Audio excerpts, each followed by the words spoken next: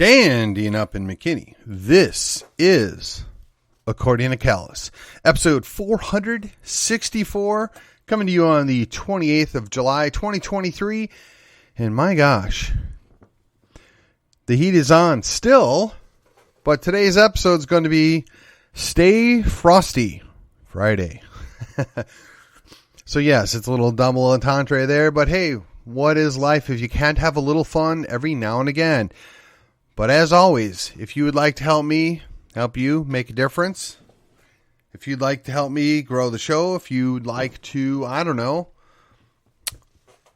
just be helpful, then you can share and subscribe, join the page, right? Follow the page on Facebook or join the group.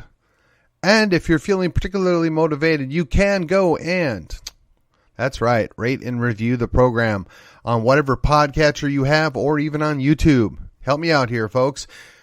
We got to keep the ball rolling because Lord knows it ain't getting any easier. All right, so on to the program. Here we go. Stay Frosty. Yeah, well, that has a number of meanings. Apparently the phrase is roughly the same age as I am, which is interesting. I've always had it in mind that it was kind of a prelude to ready for battle.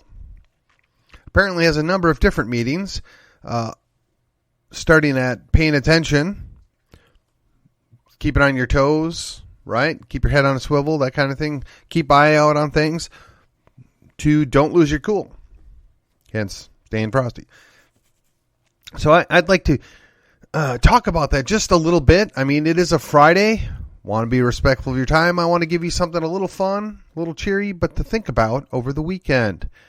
All right, so this, again, has a number of meanings. So I think we would all be wise to stay frosty because we're already in the middle of a battle. It's not necessarily a battle we chose. It's not necessarily a battle that we're looking forward to, but it is a battle. And in many ways, it's a battle for the soul of our country, right? For many, many years, I've heard about the economic conservatives and the social conservatives. They struck this Faustian bargain, whereupon they would both agree to work within the Republican Party to get certain things done.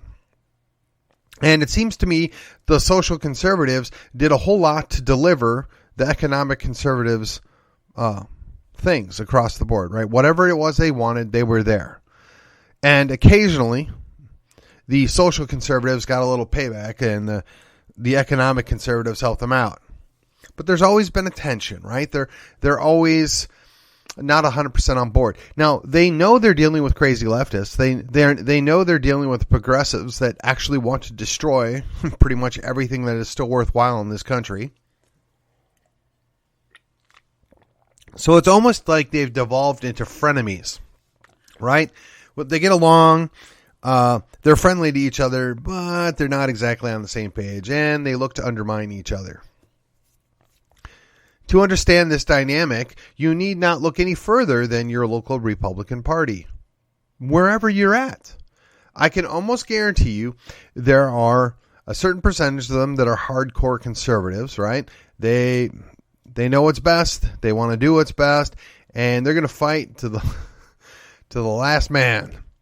Then there's probably a good 20 or 30%, which are what I always refer to as milquetoast moderates, right? They don't really stand for anything. They just don't like that icky stuff. They know that things are slightly better when Republicans run cities or counties and maybe even the states, but they're not full-on conservatives. And quite frankly, most of them aren't even economically conservative to a degree. Then you throw in your economic conservatives, which honestly, I would say most of them are probably more libertarian in mindset. They don't really worry about those social issues. They just want less government interference. They want to be left alone to do their own business. Okay, that's fine, which is probably why I'm able to get along with most of them without any major issues. My only thing is, as a social conservative, I don't necessarily enthusiastically embrace the role of government coming to enforce my ideals or what I believe is right. Now, that being said, as I've covered many, many times in the past 450 some odd episodes here. Yeah, the left doesn't look at it that way, and they have zero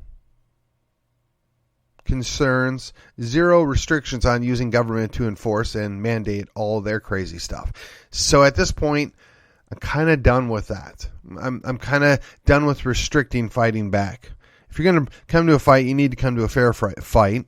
You have to be ready for the battle. So, I mean, that's kind of where I'm coming from with the idea of staying frosty, right? But also on the other part of this equation, you have the pay attention aspect, right?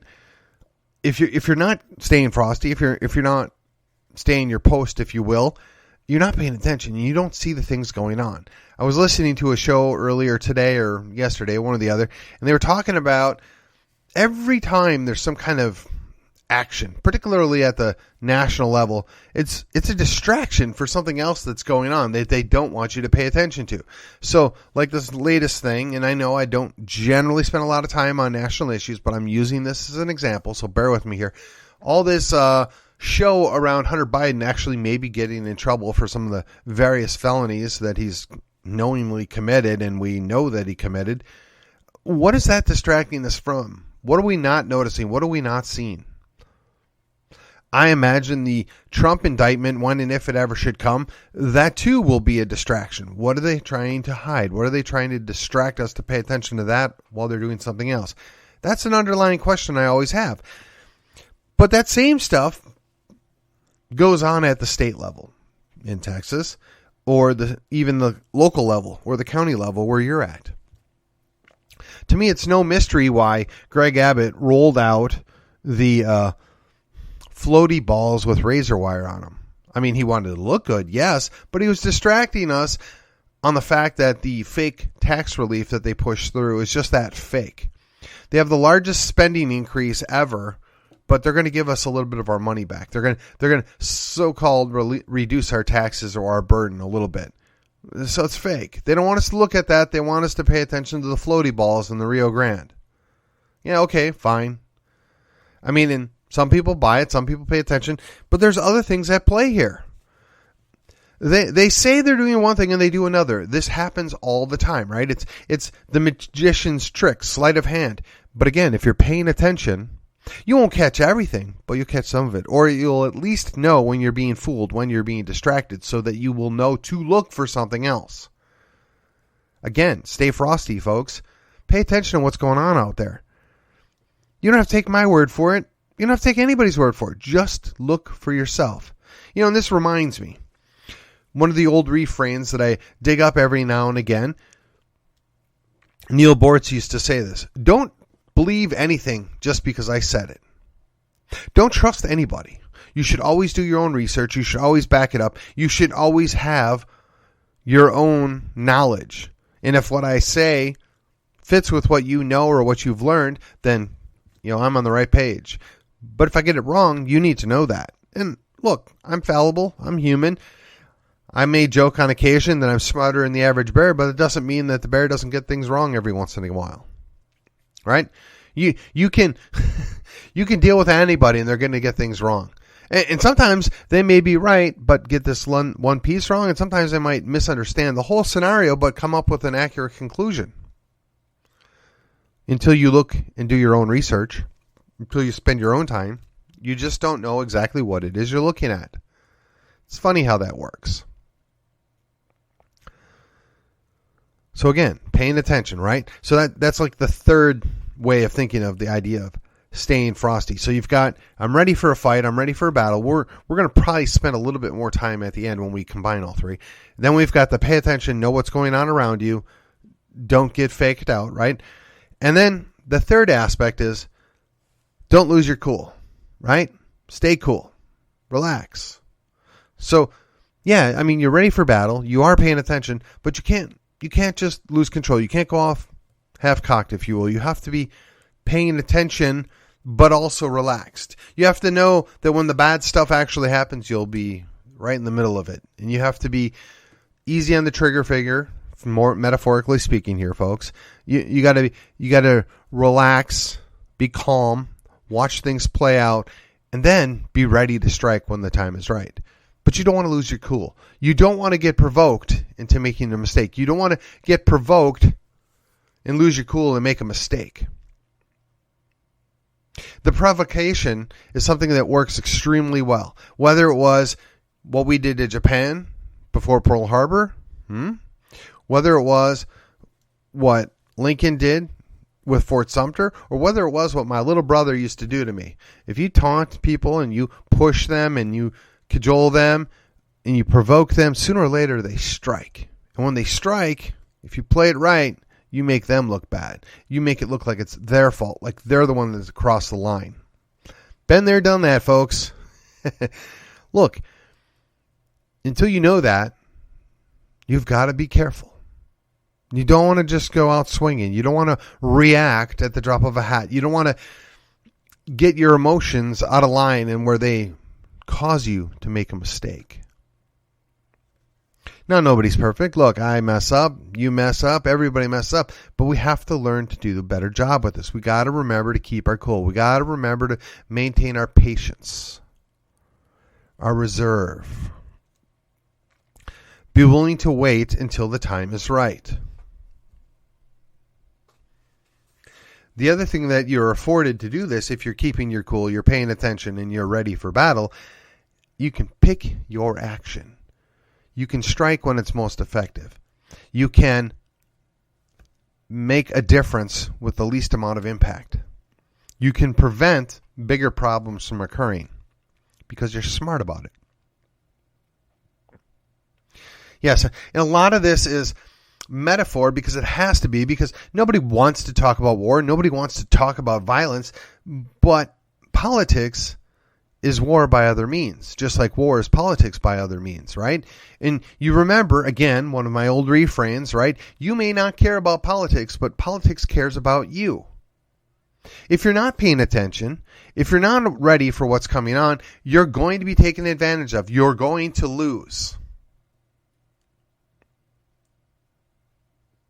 Now, I got to tell you, politics, the whole thing about watching who's governing and how things are happening, it's not always fun.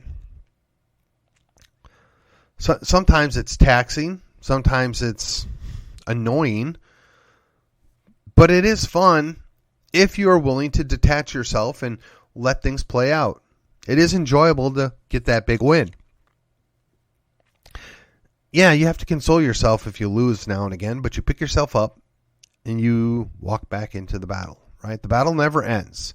Progressives are always going to progress. Leftists are always going to go left, right? Commies are always going to be commies. We're not going to win these people over, but we can beat them back. We can push them off. We can regain our foothold.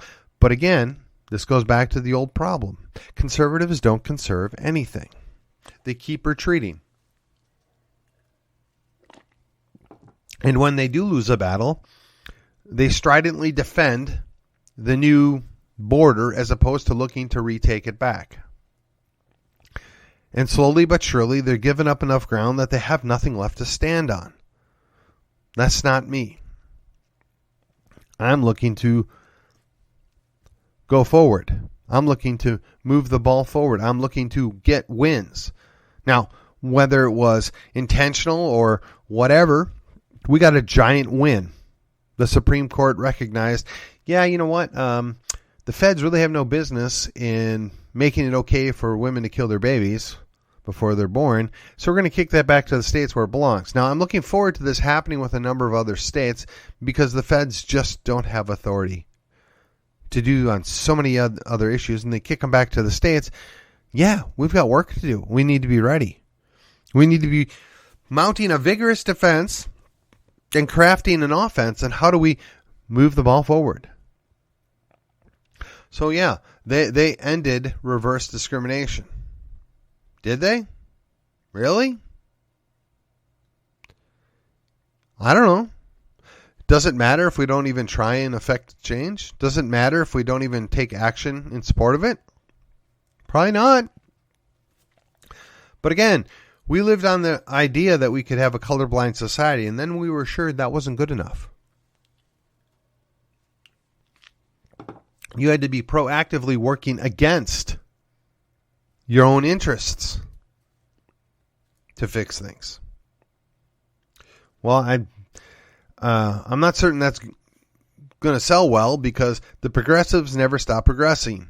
Unfortunately for us, the conservatives decided that the progressive view put forth by Martin Luther King was somehow acceptable and conservative now. Now, some of his stuff was just fine, but his overall arching theme was progressive. But we pretend it's not because, well, he was the lesser of the two evils in that era, I guess. But at least Malcolm X was honest, right? By any means possible, we're going to get what's ours. Okay. Leave the system. We can do it on our own. Okay. I wish conservatives would learn that lesson. I wish the Christian conservatives would just take, I guess, probably the 2 or 3 things that I could honestly say I agree with Malcolm X on and apply that to our lives. You got to create your own stuff. You got to be willing to fight for what's worth saving. And you got to be willing to sometimes cross the line in defense of life, liberty, and your stuff. Now, hopefully it doesn't get there. Hopefully we can avert this stuff. I mean, I spent the first 3 days talking about the calamity that was our war between the states. God knows I don't want that or anything like it.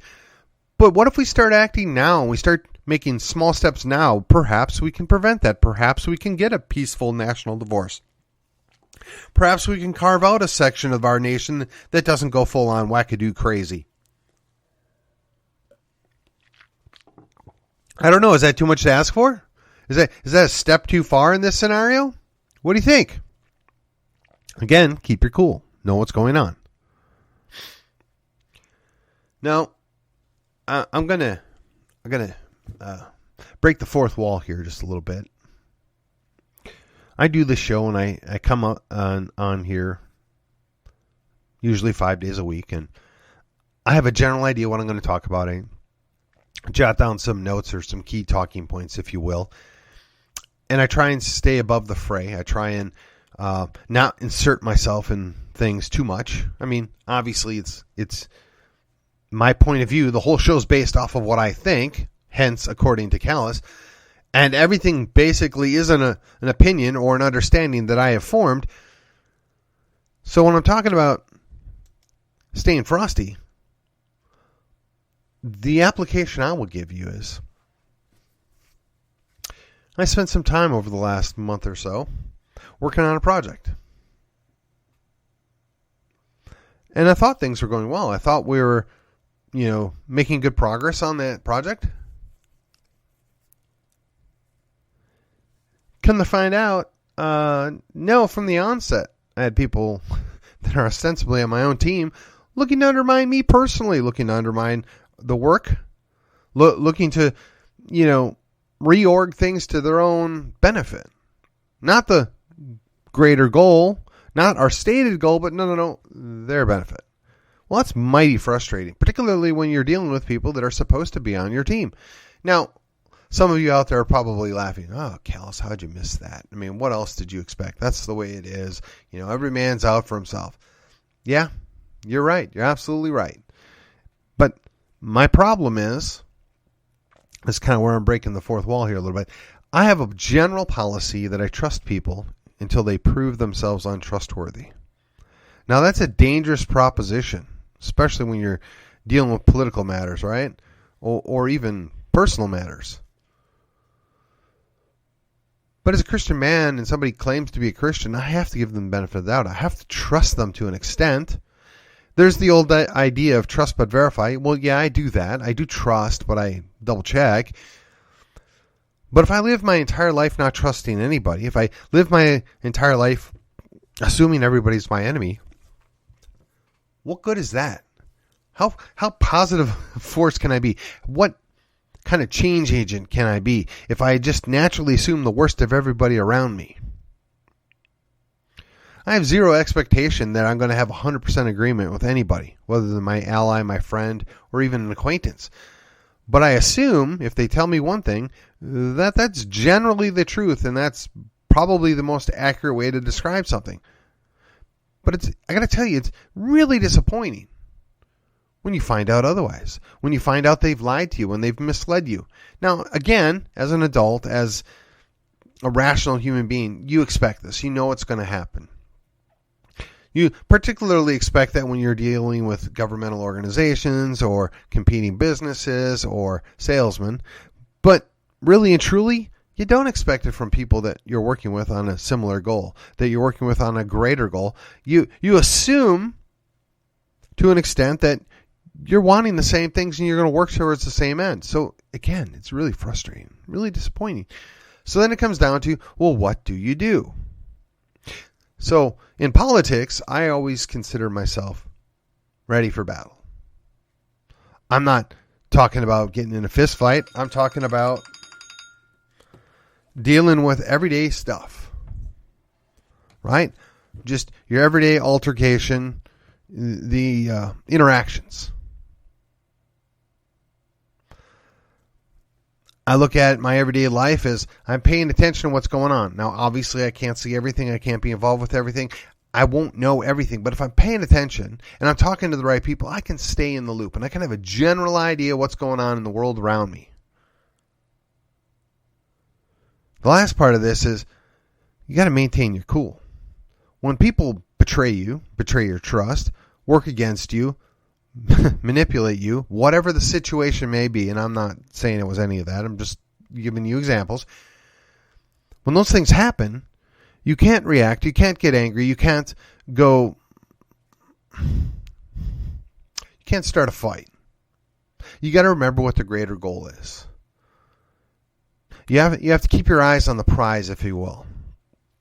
You have to be willing to deal with the fact that something happened that you're not happy about, and maybe this person was involved in it, and maybe it's detrimental to the overall goal, maybe it's detrimental to you personally, but you can't take it personally. You have to be willing to set it aside and figure out how can you work with this new information. Oh, and it's frustrating. It's a challenge, right? You're set up to be disappointed all the time. But if you go through life fearful and expecting the worst out of everybody, you will never, ever be able to do anything. You'll never get anything done. But if you're willing to just take a little trust, put the weight on your shoulders and work and walk and talk and do your stuff, you'll find more success long term that way, in my opinion. But again, it is my opinion because it's my show.